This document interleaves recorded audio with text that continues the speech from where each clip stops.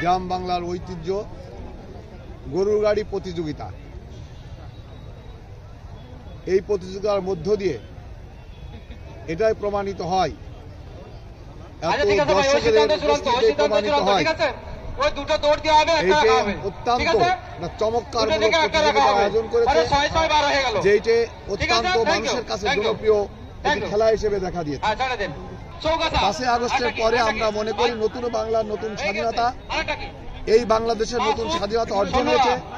এই স্বাধীনতার মধ্য দিয়ে আমরা অবশ্যই ঝিনাইদহ পুরা যুবক সমাজকে সাংস্কৃতিক খেলাধুলো এবং বিভিন্নভাবে মানুষের মনোরঞ্জন এবং মানুষের মনের যে খোরাক এবং শারীরিক গঠনের ক্ষেত্রে খেলাধুলোর যে ব্যবস্থা অবশ্যই সেটা চালু হয়ে গেছে। আপনারা দেখছেন বাংলাদেশের বিভিন্ন জায়গায় তথা ঝিনাইদহ অদ্যাবধি পর্যন্ত 5 থেকে পরে এই পর্যন্ত প্রায় 17টা খেলার মাঠে আমি ফুটবল খেলা দেখতে গেছি এবং প্রতিনিয়ত সমস্ত ফাটে ফুটবল হচ্ছে, ক্রিকেট খেলা হচ্ছে, ব্যাডমিন্টন খেলা হচ্ছে, খেলাধুলার ধারাবাহিকতা আছে।